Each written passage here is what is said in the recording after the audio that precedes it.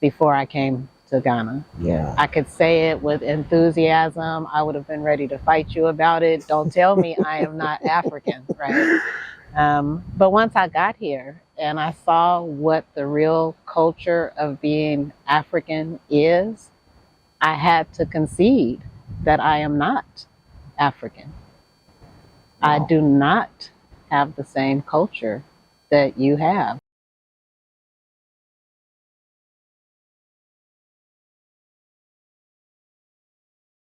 Can you introduce yourself to us? Why you came to Africa? Sure. My name is Darnisha Wright. The first time I came to Africa was in 2019. It just so happened to be the year of return, but really the reason I came was I was a Fulbright scholar and an educator. Yeah. So I was blessed to have the U.S. government really sponsor 30 days. And, I was able to see all the different regions and see a lot more, than most people see on just the average vacation. As a result of that, I met a lot of people, and part of the goal of Fulbright is to create relationships, international relationships, really with the thought that if people really know each other around the world, that they're much less likely to, annihilate each other. And so I really did what Fulbright is meant to do, which is create relationships, and I really held on to them. I also bought a lot of things because there's just so many products here that are just, beautifully handcrafted, high quality, unique items that are, at a price that you can make a profit at resale in the U.S. So I didn't come here planning on getting into that business, but when I left in 2019, I was pretty much officially a merchant and started doing online sales of a number of things. Kente cloth and the Dinkra cloth were two of the things that I had relationships with folks and was able to get some really nice examples to show people at home. People didn't really know what that is. People thought that kente cloth was, a print like what I have on. Yeah. People don't understand that it's, truly a finely woven cloth, and, that a Dinkra is not just a symbol, like it's an ink and it's a whole art form. And Wow. so I started carrying those things. The pandemic hit and I had made relationships with some seamstresses, so I was able to immediately get some nice African print masks when it was a novelty before the world started wearing masks. And that kind of started my business. I also bought some shea butter and tamale, and it turned out to be just the most incredible and pure shea butter that most people that I know had ever experienced. So I started also selling this shea butter, and that's really the product that I'm most excited about, and that I want to, increase my volume in.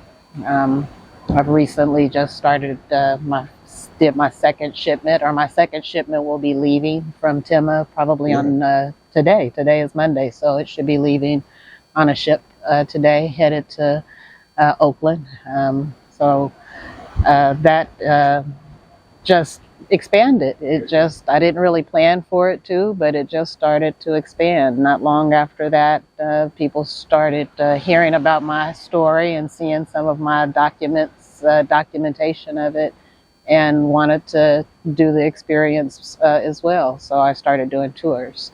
So this year I led my third group tour that takes people from the United States, mainly the Bay Area. I had one person from the East Coast this time as well. But we start in Accra. This time we went to Koforidua and Kumasi, back here to Elmina, and then they go back to Accra to fly out. Wow. So that's a long answer, but that's my background of how I ended up, and what I'm doing here. Yeah. So I'm buying stuff. Wow. Thank you very much for your opinion, and I really appreciate your opinion, and your opinion is already accepted. But let me know, what were you expecting before you plan to visit Ghana? Um, I didn't have a lot of expectations. This was really my first international trip in 2019. That's when I got my passport. Well, I'd had one trip previously to, Mexico, which is almost a part of the United States. Yeah. So I didn't have a lot of expectations. There's I knew that the foolishness that people talk about, people swinging from trees and Yeah. all this, I was not expecting that. I wasn't, I came with a really open mind. And what I saw was different than really anything that I've ever seen before. Some, pleasant, some not so pleasant. But it's a different place. Africa is not the United States. It's two completely different places. Yeah. It's two completely different cultures. You can't really, compare the two. But I clearly, have been here. This is either my fourth or fifth visit now. Wow. I love Ghana, and I really enjoyed this place in particular, both One Africa and the area of Elmina, Cape Coast. So coming to Ghana, how did you really plan for your trip coming to Ghana? Well, when I came the second time in 2020, I got a 5-year visa. So, that makes it a lot easier when you don't have to deal with the visa process. So, really the biggest challenge to come into Ghana is buying a ticket. And, it's pretty easy to go on the computer and, buy a ticket, but trying to find a reasonable ticket is ridiculous. I mean, there is clearly an issue out there in the world where from San Francisco or, I live in Oakland, the Yeah. Bay Area, I could fly to Rome for about $700 round trip. It's like That's $2,000. really expensive. $2,000 to come to Ghana?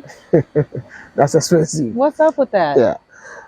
So that's the biggest challenge is, just finding the resources. It's, even by American standards, those tickets are expensive. And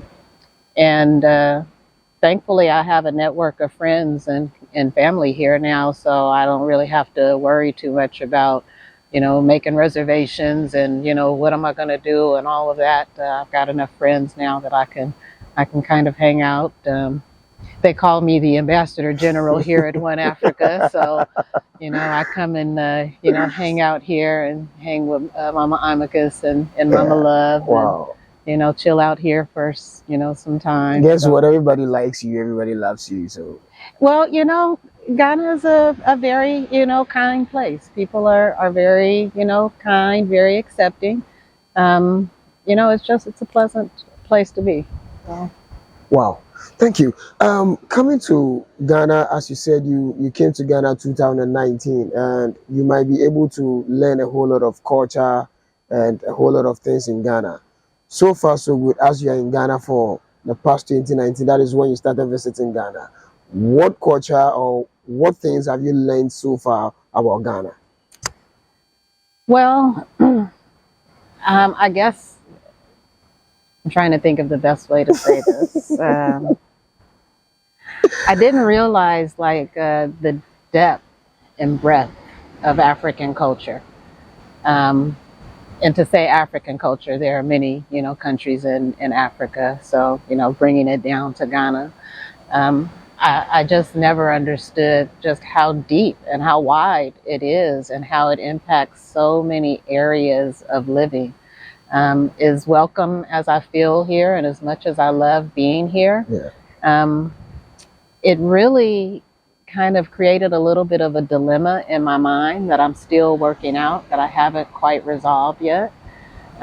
Because I was very quick to say I am an African before I came to Ghana. Yeah. I could say it with enthusiasm. I would have been ready to fight you about it. Don't tell me I am not African, right? But once I got here and I saw what the real culture of being African is, I had to concede that I am not African. Wow. I do not have the same culture that you have. We share some remnants of some cultural things that are similar, but I don't share this culture that you are born to, that is just a part of you, that is just natural.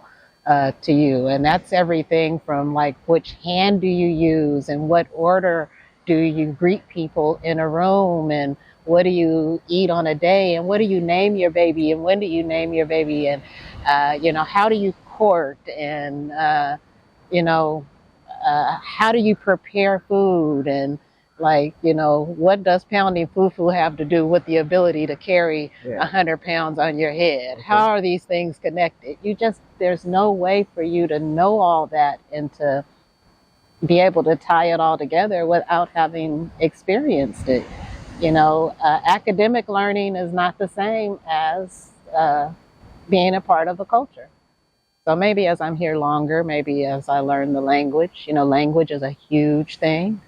I could pretend that I am from here all day long until I speak. Wow. You made mention of you not being an African. So, from your own point of view, let's exclude culture from Ghanaian aspects of life. Let's exclude culture from it. You have a skin color like mine. Mm-hmm. So I will definitely say you are an African. So I don't know why you are saying you are not an African.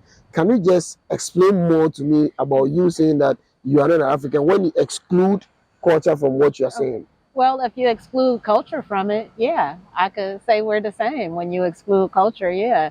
But how you exclude culture is so big. It's so huge. It's so important. It's such a important piece. How do you exclude it, right? How do I say I'm going to sit this over here, right? So I'm a part of an organization. It's called the New African Investment Association in the United States. And it's kind of a remnant group from an older group called the Republic of New Africa. And one of the description, the way that we have named ourselves is New Africans. Yeah. That accepting that yes, we definitely are African, but we are those Africans that were born in another place, and that carry a different culture. And I want to learn more about my mother culture because I know this is my mother. This is where I come from. Yeah. Like these are where my people are. These are my roots. But like it or not, I was born on the other side of the water, and I was taught the American culture within the framework of being an African in a place that I was brought to and my forefathers were brought to as captives and have never really had any power over, really any true claim to the resources, even though we did all the physical work to create them all. So we are a bit different. I think that we are way more the same than we could ever be different. Yeah. But sit you down with 4 or 5 other people that are from different places in Ghana, and you guys, start having some beverages and enjoying yourself and start talking, and I'm not going to know what you're saying, right? Maybe that is a negative.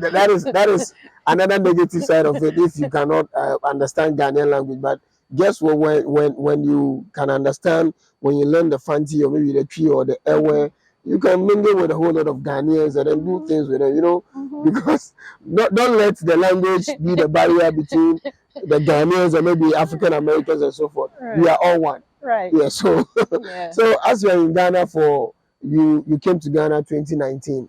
What are some of the most experiences or maybe some of the most moments you had in Ghana? I've had a number of, really, moving experiences here in Ghana.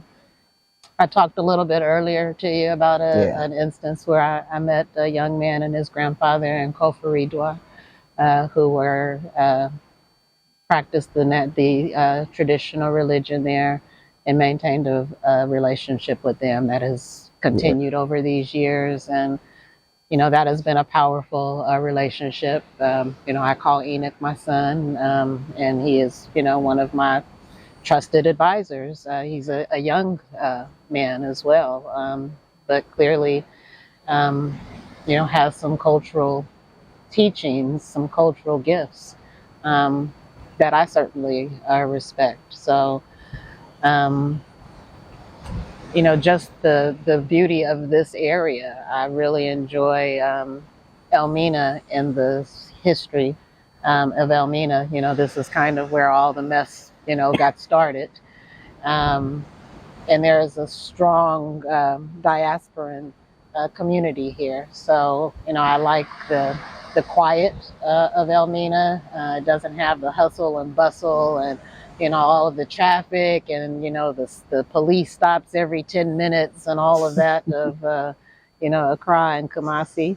A much slower pace. Yeah. I'm a child of the water, so You can't even see the sea. being able to see and hear the ocean and that's just special. And this place, that I have a special place, I know, here at One Africa. I sell this book, which is the story of Mama Amicus, the owner of One Africa. There is it. There's what we So, saw. I sell that on my website, which is www.ubuntu1865.com. Wow. So that's the story of the woman who owns this place, and that's her husband, who is an ancestor that's on the cover with her. Oh. So having those relationships, I market this at my bookstore. I come and try to kind of help sell it and assist here when I can. So being here is one of my special places. Wow. In Ghana. I have a number of friends. I have a friend whose place I'm going to be going to when I leave here. His name is Kofi Tab, also from the Bay Area, moved here to Ghana, acquired this beautiful place on the beach and feeds like 110 kids in the neighborhood every morning. Yeah. So, seeing, things like that. And then also, it's a slower pace. It's a simpler living. I kind of like, as much as I like luxury, baths in the States, I like taking my African baths and, getting up and hearing the birds. And, it's just a much slower, simpler way of living that, certainly appeals to me. Yeah. You spoke well about Elmina, and I just want to say something about Elmina. And I also want to ask you something about diasporas and African Americans. Most people, or maybe most diasporas, normally buy lands in Kumasi, Accra, and Asebu, and so forth. Most of them doesn't like the Elmina area and so forth. So, as you are in Elmina, what are the difference between having a land in Elmina and also having a land in Accra or Kumasi? Well, I think it goes back to that question or the conversation we had earlier about culture. If I want to learn the culture, I need to be in a place that can happen. I don't want to be in a place necessarily surrounded by other people like me. I want to be in a community. I want to be able to put myself in a position so that, I can cure myself of this ignorance that I have of my culture and the culture of my ancestors. Wow. So how do you feel about reconnecting with African heritage and history when you visited Ghana? Has it also have any influence on you? I did my African ancestry, and it had some Ghanaian ancestry, also some Cameroonian, said some Hausa, some Fulani. So I'm still, learning what all of those things mean. But I know that the majority of all of us, at some point, wherever we originated, most of our ancestors passed through this area. And it is a place that I feel comfortable. I feel welcome here. I've seen a lot of Ghana. I've been really fortunate in that I've seen most of the regions. So most people only see one region. They've only seen Kumasi or they've only seen Accra, and then they make those decisions. But haven't seen a lot more. I've been way up to the north. I've done do business in Tamale. I've seen a lot of the regions, and this is the one that appeals to me. Wow. Again, I say I'm a child of the water. It's Yemaya. She Yeah. calls me. Yeah. Wow. You just like the environment, you like Elmina. So maybe you need to advise or maybe tell some of your friends to come to what do you call it, Elmina, live in Elmina and then leave Accra alone. Well, Accra I is don't just know, a but I busy don't want place. Elmina to get all overpopulated and busy like Accra. So, they can come in when they're ready to, when they want to come and chill. Wow. And get a massage and go see the Rastas down in Cape Coast. They come to Elmina, and when they're wanting to do the hustle bustle and the party and the clubbing and the fast pace, Accra is the place. It's just a busy place, You made mention of Ghana, Ghana, a whole lot of places in Ghana. So definitely, as you are moving, searching for things in Ghana and so forth, you might be facing a whole lot of challenges and all. So what are some of the challenges did you ever face in Ghana? The ever-changing prices, that whole negotiating thing, it makes it sometimes difficult, getting, and I'm sure you've heard from many other Americans of those special American prices. I hate to open my mouth. I so wish I could ask, what is the cost in the local language? Yeah. It would change so much. Yeah. So, Ghana is really based on tourism. So, people, and I'm in a business where I do some buying, but there's just a lot of pressure to buy. There's a lot of pressure to, for, retail, commercial retail. That was one of the comments of my tour group. I just finished a tour group in the last couple of weeks, and that was one of their comments, was that, like, I had warned them that there would be, some pressure to buy some things, but that even with my warning, that it was greater than what they expected. So that was, that is one of the things that, I appreciate the craftsmanship, and I want people to earn what they deserve, and a little bit more, like we pay everybody else. But there's something about, there's this kindness, but there's this kind of like a microaggression behind the kindness. Like, please, madame. Yeah. You should purchase this right now, please. Wow. Yeah, so and then they repeat that 10 times. They are forcing you to right. do that. Then they repeat it 10 times. Please, madame. Very politely, but persistently. So that, and just kind of understanding the nuance, because you don't want to be perceived as the rude American, because that's where it kind of goes when you say, look, no, I said, then it's, you're the rude American. So trying to strike that balance, and that's part of understanding culture better, so that you know how to move without, hurting people's feelings, being rude, bringing negative energy to yourself. It just takes some doing. It's not necessarily natural. It takes some practice and some paying attention, and then the dashing kind of tied to that. Like, you're always having to do some extra for everything. The stops, in your car, and you're always having to hand a little something over just to make life go, a little smoother here in Ghana.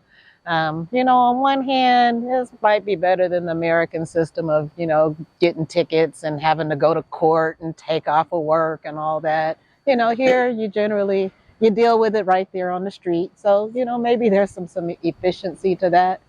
But, there is this feeling of a little bit being shaken down. Wow. Wow, that's good.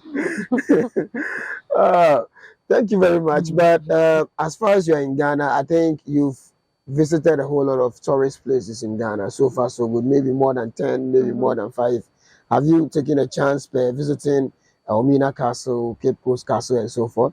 I have, and every time I do that with a tour group, I swear that that's the last time I'm going to do it, and I'm not going to do it again. But it's something that when you bring people, you kind of have to kind of help them through that process. It's just, it's a very emotional, experience. It's just you feel your ancestors there. You smell your ancestors there, um, and it's no denying, this horrible history that we come from when you have the experience. But it also gives me hope because you say, despite all of that, despite all that terrible, horrific behavior, here I am. I'm Yeah, still here. you made mention of affecting you emotionally. So how, maybe if you can just go into that for me to know how it did affect you emotionally. Well, I mean, it's a very melancholy, you know, feeling. It's a deep, deep sadness. I mean, Mm. how can you feel anything but just profound sadness when you realize that you are literally standing on the ground, bones and remains and blood and feces and just, of your people. And that is how the world got built. I just came from a cruise uh, of Greece and Italy, and looking at all of the beautiful things that they bought with the gold that they stole here. It just made me upset. And when you put it all together and you think about the horrors, and you stand in that female dungeon there. Is it the Elmina, I Elmina guess? Castle. Yeah, and you Yeah. see where the governor has his trap door, and just the horrific things that happen so that the people who are currently in power can be in power. And in the United States, these people have the nerve to be upset that we even discuss any of this history. They don't even want to talk about it, anymore in the United States. And I know it's no different here because I came here as a Fulbright scholar, so I reviewed all of the curriculum of Ghana as well, and it Wow. got one page in the high school curriculum is dedicated to the triangular slave trade here in Ghana. So we are ignorant of much on both sides, Wow. and that's part of what I hope to. Wow. So far so good. You visiting Ghana for 2019. You might be able to learn how to cook Ghanaian food. How many Ghanaian food can you cook so far? Oh Local my Ghanaian food. goodness! And I pride myself on being a really good cook. Um, and I can't cook any Ghanaian food because I haven't been invited into a Ghanaian home in a Wow. kitchen. No, nobody's mother or grandmother has invited me to come and spend the.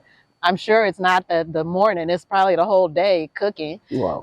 So I would love to do that. Someone invites me to come do some cooking. But what I did do today, a friend of mine brought me some lobster. The sea has been closed, so it's finally opened back up, and I got some lobster delivered to me this morning for an incredible Wow. price. And I Okay. had lobster and eggs for breakfast this morning. That's living in the US. So let me just give you a challenge. I am going to invite you to my mom's house. Then you cook with my mom. Ah, Guess what? My girlfriend came from, what do you call it, California to Ghana to cook with my mom. So I'm so your also, mother has experience dealing yes, with the. yes. So I am also going to give you a chance for you to learn how to cook Ghanaian food with my mom. But guess what? You need to know the kind of food that you want to cook. And secondly, I am not the one who is going to tell you what to cook. Make sure you Google it yourself, the kind of Ghanaian food that you've tasted so far and how you want to prepare it. My mom is going to show you how Okay. to prepare that. So Okay. it's just a challenge that I'm giving you. So, I accept your challenge, though you might have to talk with your mom and make sure your mom feels like dealing with a novice. no problem. Okay. So now, my final question. You are in Ghana. People are speaking a whole lot of languages, speaking a whole lot of languages and so forth. You might understand some, you might not understand some, you might speak some, you might not be able to speak some. So what kind of Ghanaian language can you speak? I can't speak any Ghanaian language because I don't try very hard. my tongue doesn't say the words properly. I don't want to say the wrong things. So I don't try a lot. I took a couple of intermingling something on the camera. Wow. So I can say at the same. At the same. So yes, And I understand that's Ashanti. Yes, Tree, yeah, right? that's true. That's not the way I would say it here, right? No, but yes, it's all the same. They are similar. At the same. But how would you say The it here? Fantis will say Otden. Two completely different things. Sometimes when you come to Ghana, this is a problem. Language barrier is also a problem for the indigenous in Ghana over here. You go to some places, they speak some languages you might not be able to even understand unless you use the English, or maybe you use a common language like the Tree, the Fanti, or maybe the Ewe and so forth. So sometimes I also feel myself wanting whenever I go to some regions and so forth, like northern region like this, I can't speak their languages. I can speak some, I cannot speak all. Okay. So that is it. So what are you going to tell people out there that are watching you on my YouTube channel? And also, I would like you to also brief something about your book to my audience for them to know.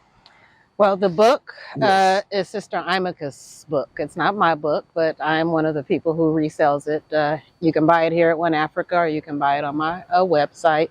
And it's the story of how this place came to be, how she started in the United States, and just the entire journey. Anyone who has talked with Mama Imaka's, when you read the book, it's like you're sitting here talking with her. It's, you will laugh, you will cry, you will ask questions, you'll get some answers, and hopefully you'll have more questions. I'm telling her she needs to be working on part 2 because it doesn't go to the end. Yeah. So, wow. So, what was the second part of your question? Saying that what you are going to tell your people that are watching you on my show. Ghana is an incredible place. There are many other countries in Africa that I also want to visit, one of them being Rwanda, which is where Mama Imaka's is now living at. She's now visiting here in Ghana.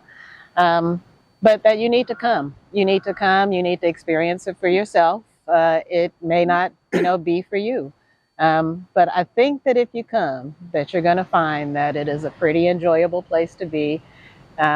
I love the food. I love experiencing the new culture. It's, the vibrancy, the colors, the ocean, the red dirt, the mornings with, the birds and the animals.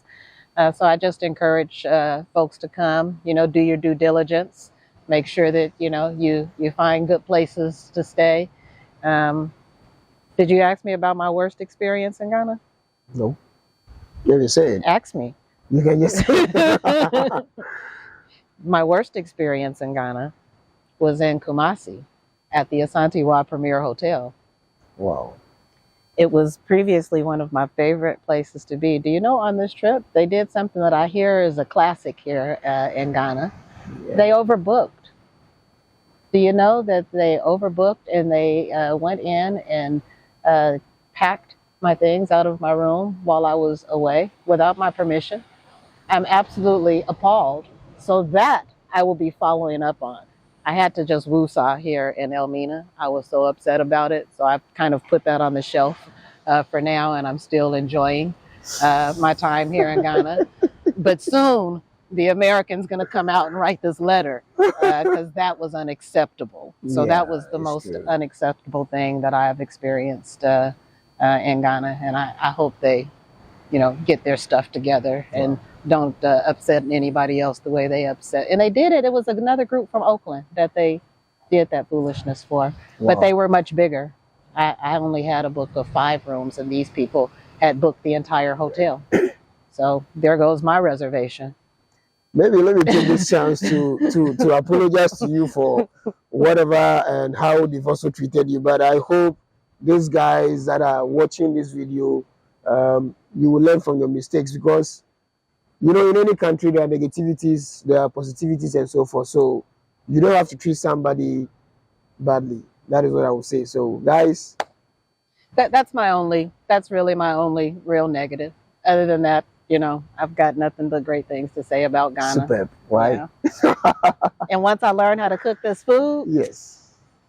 that'll be at the Guess what? top. The challenge is also coming. So after you learn the cooking, you learn all this African, what do you call it, or maybe Ghanaian dishes and so forth. I will throw a challenge for you, and I will have a cooking challenge with you.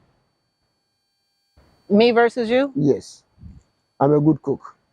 Oh, you warned me. Okay. Yeah, I'm really a good cook. Okay. Maybe we'll change it. I will cook American food like California food or anything of that, Okay. and you also cook a Okay. Ghanaian food. All right. Which is which? That's fair. Yes. That's fair. All right. I'm down with that. I like a good challenge. Wow. Yeah. Good. So as you're watching, please kindly subscribe to my channel. My sister has a book. You can also patronize some of the book. A whole lot of information is in it. And she's also into tourism. If you want a tourism, you can also contact her. And then, look, wherever you want to go, myself, I'll follow her to Rwanda and then Uganda. So as you're watching this video, kindly subscribe to our channel and hit the notification bar. Don't forget to share our videos too. Bye-bye. One Africa. One Africa.